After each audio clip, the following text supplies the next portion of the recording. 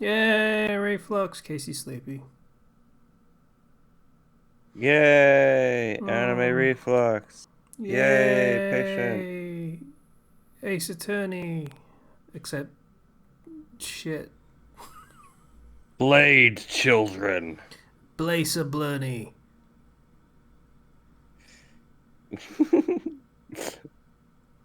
Yeah. He's even wearing blue. Yeah, so. God damn it. Okay. So, Spiral. Uh, other rest of the completely nonsensical title that has absolutely nothing to do with the actual show. Uh, yeah, Spiral the Bonds of Reasoning is the full English title. that's what I said like 10 seconds ago. Uh, Nothing to do with anything. So, this show is a mystery show and supposedly a comedy, but it's not an especially good one. Not an especially good mystery show either. But I guess that's just from the first episode, so it's not really a completely fair criticism having not seen the rest of it. But if this is them putting their best foot forward, it's about as good of a step as that girl made coming off of the balcony. Ow. I mean, you're not Yeah. wrong, but ow.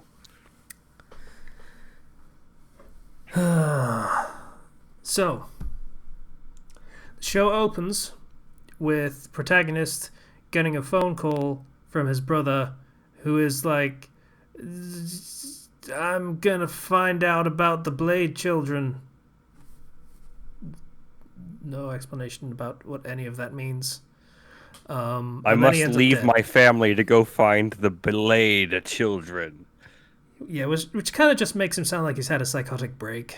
Really. Yeah, yeah, to be honest. Mm. And apparently, since we find out later that he's a super genius, only makes it more likely, to be perfectly honest.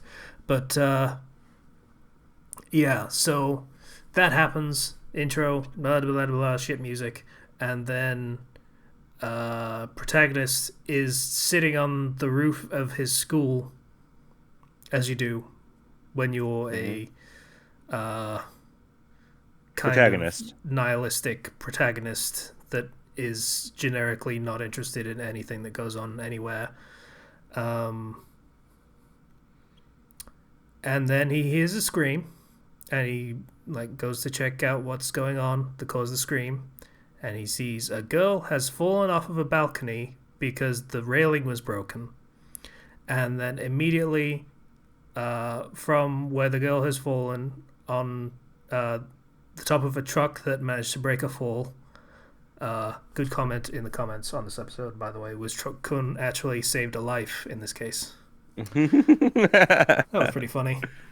Good on that commenter who I've forgotten what their name was, which is being generous because I didn't actually read it. The name, that is. But yeah, so she didn't die. But the teacher that comes out and like sees to her, he immediately looks up at the balcony and he's like, "Hey, did you push her?"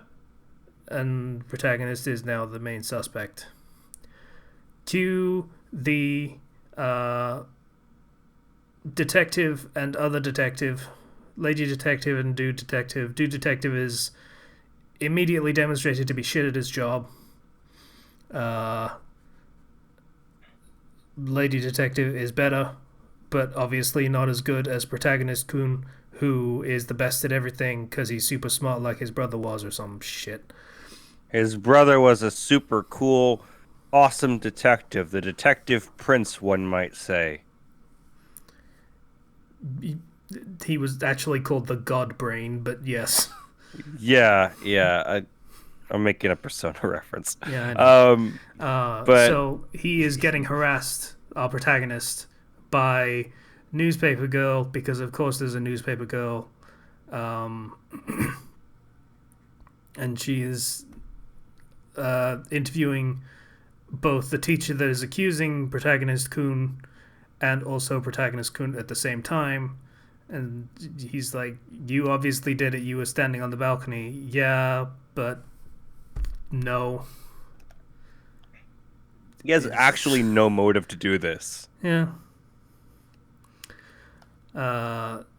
So detectives butt in and are like, hey, you know that's our job, right? Which is entirely fair enough. Like, fucking piss off. So they interview protagonist, and he's like, yeah, I was on the roof sleeping, and I heard a scream, so I went down, saw she'd fallen, and then the teacher immediately accused me of pushing her. Was there anyone else up there with you? No. Aha! Then it must have been you. Okay, that's not bad logic. It was at this point I remembered, hey, the girl didn't die. Can't you just ask her? She didn't die. When she wakes up, she can literally just say what happened. Which she does wake up, like, the next day. She is awake. But protagonist Kun what has to happened? solve it. What happened? I fell. And the railing broke. Well, yeah, actually. But anyway, it is at this point revealed that protagonist Kun and Lady Detective are brother-in-law and sister-in-law. She married the genius brother who disappeared. She also calls him with a san honorific, which is a little fucking weird, to be perfectly honest. Like her own husband. But sure. I don't know whether that's a writing oversight or she is intended to be that fucking formal that even her own husband gets called what's basically Mister. But maybe she put some distance between them after he kind of abandoned them to go look at the Blade children. Yeah. Or maybe she's into some kinky shit. Who knows? So, yeah, the protagonist Kun is let go because they have a suspicion and he's a suspect, but they don't really have anything more than that to really nail him.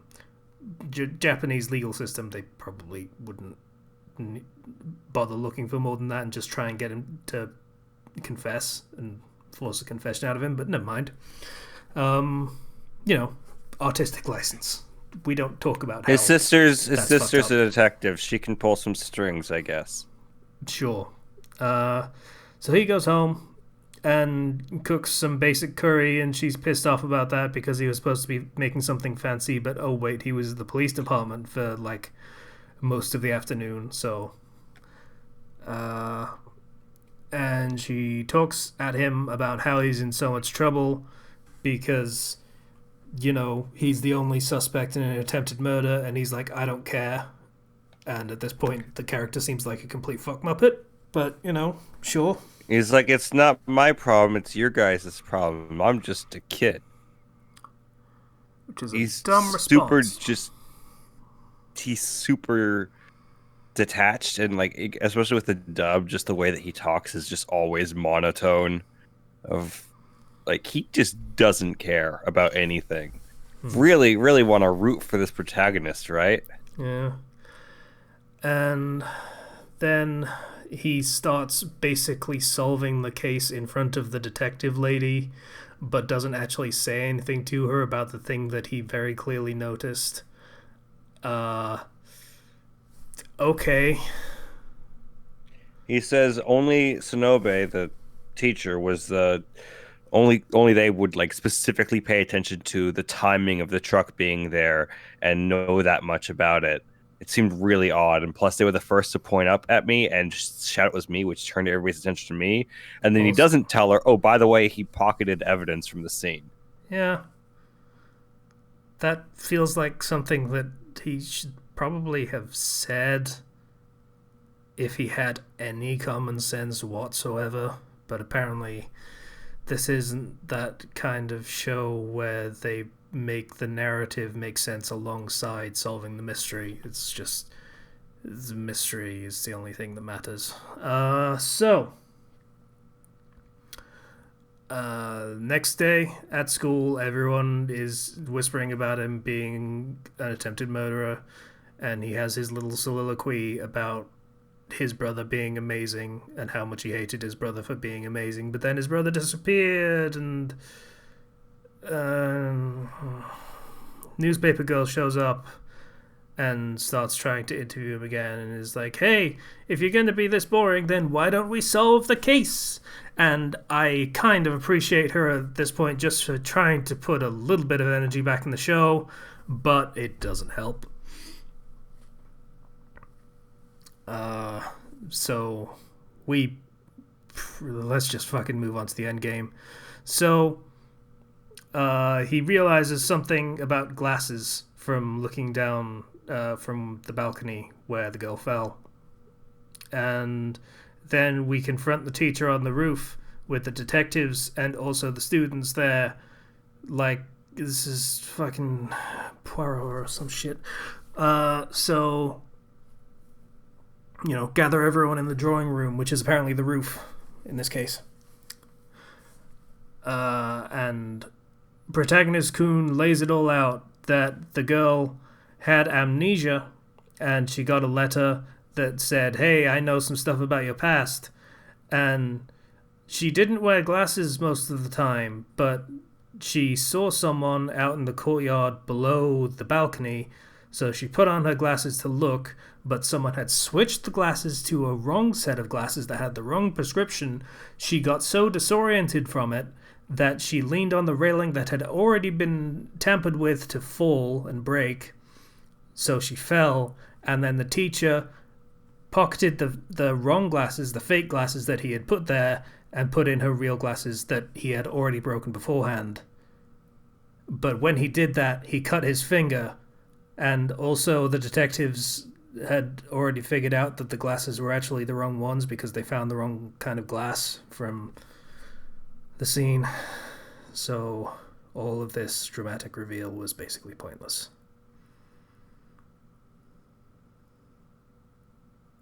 Yep.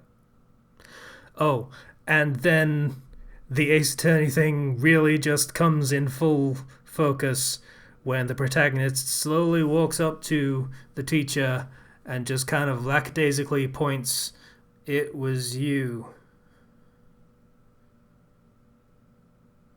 Like with an elbow bent and just kind of pointing with a lazy finger, just like, I ordering something from like a buffet at a restaurant. Yeah, can I get some of that, please? That sort of pointing. Not like dramatic, like, "It was you!" Like straight arm pointed, like, I'm accusing someone. You did it. It's you. You did it. And to clarify, what's the motive here?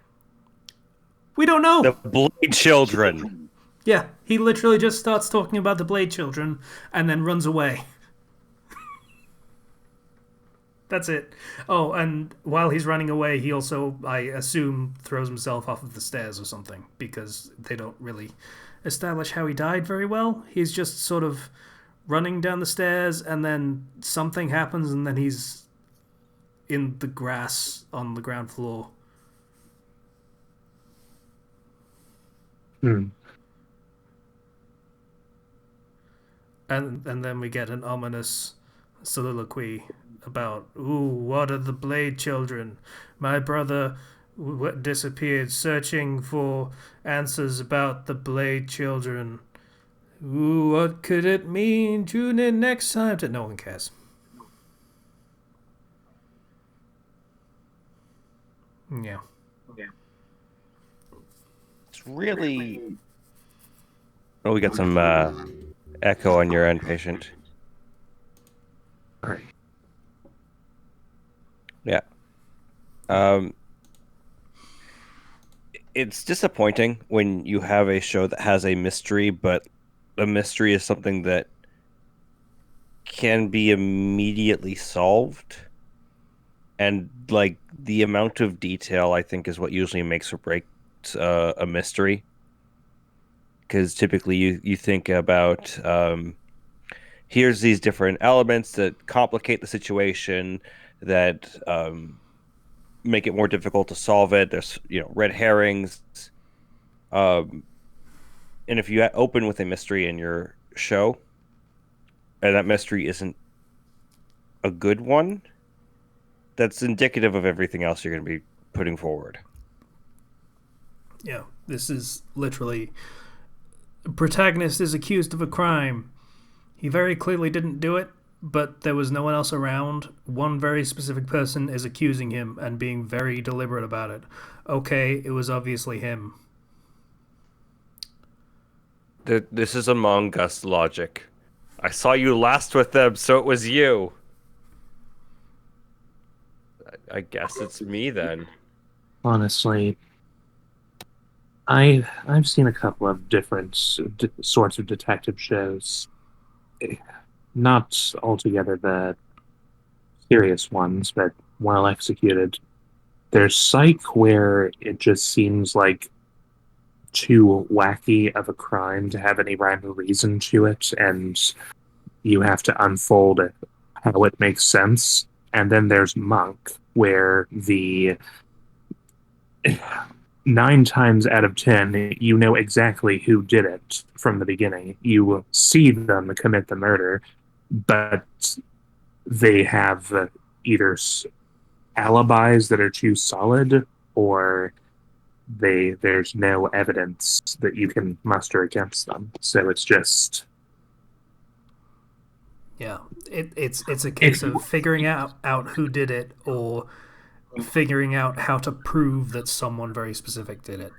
And yes, if you have the culprit made clear from the start, then make the journey trying to figure out how they could have done it when things are stacked up in their favor, as opposed to,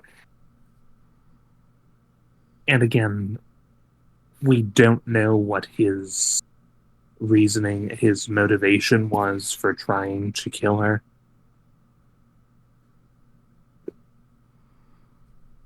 yeah, he's still just kind of does it, and then there's no follow up on why or any further attempts on her life now that it very clearly failed to kill her. Um, Even though it shouldn't have, all things considered. he messed up. The truck wasn't supposed to be there. Well, still, falling that distance and then landing on a solid steel structure and just being okay the next day. She wasn't okay. She was still in hospital, but she was awake. Yeah. Fair enough. Uh, The yeah, intent of the crime wasn't murder. I think that's clear. But like, I don't know, Blade Children. I mean, Makes it seem like probably the intent was to try to frame him because he regularly sleeps up there. I don't know. They made it clear that it was like a proper attempt at murder, but the truck just happened to be there, even though it wasn't like usually there. Hmm. So it was a legitimate attempt. It might have been to frame the guy, like that might have been a thing that was going on also, like framing him for attempted murder and framing him for actual murder.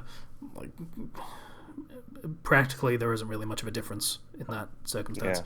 But the mystery itself, it feels like they were trying very hard to have different people have different pieces of the puzzle. Like, they really didn't want the protagonist to tell Detective Lady about all of the things he saw, and at the same time, the detectives were already also proving it in entirely different ways that, you know,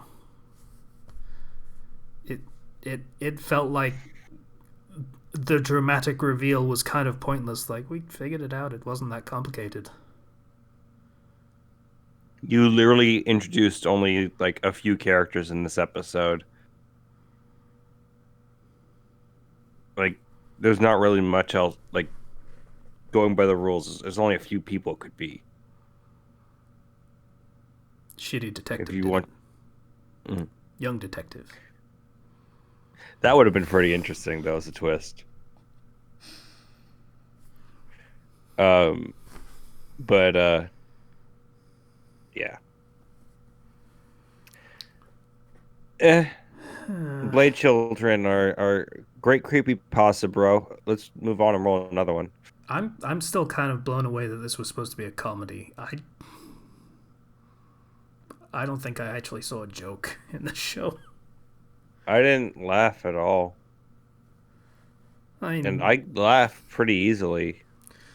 I admittedly don't, but I think the closest thing to a joke was that thing about the detective lady not wanting curry for dinner. Yeah, that was the only thing I saw that seemed like a joke. Other than that, it was just like, oh, and there's this news lady who's high energy. Yeah, Cool. that was literally it. She had a pink microphone because she's a girl. All right. Well, I rolled a 14. Okay. 14 is N. Yes, it is. Okay, let's see here. 69. Nice. 59. 59. Okay, let's see here. Noragami.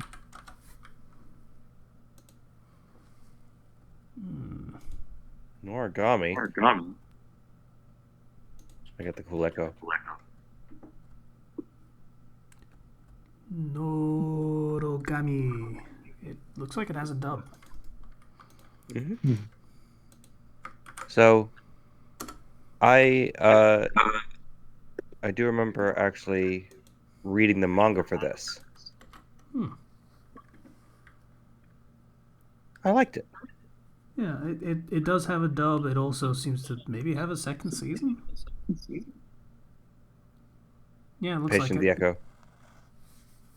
Norogami Arigato. So, Norogami. Uh, Patient, if you could really do something about the echo, please. Testing. There we go. At the boundary between this realm and another, there live 8 million gods. Yeah, that's myriad gods. Dead spirits who serve the gods, and other assorted spirits who help and meddle in the affairs of humans. A sweet middle school girl named Hiyori Iki has been enduring bullying from her classmates, and she goes to the restroom by herself to cry. Scrolled on the bathroom wall is a phone number and the message: for a good time, call. Not really. No. I solve your 867. troubles. I I feel like solve your it's troubles. a very similar message. Like, I can make you feel good for a while. Anyway, after Hiyori calls the number, she encounters a homeless boy wearing a jersey who calls himself a god.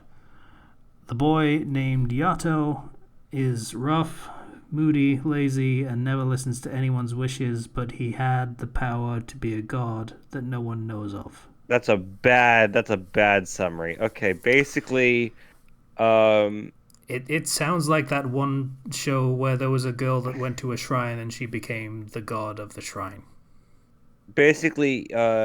the boy is a stray god who has like literally no followers and he just does odd jobs trying to be like, man, I'm gonna get so many worshippers, it's gonna be great. Um and so basically he decides to help this girl out.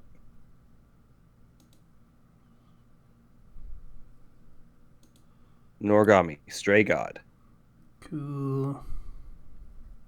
Pretty good. I fell off it after a while because, I fall off most things, but I remember liking it for the time that I invested in it. I haven't seen the anime yet, though, so that'll be interesting. It could be good. Who knows? Any objections?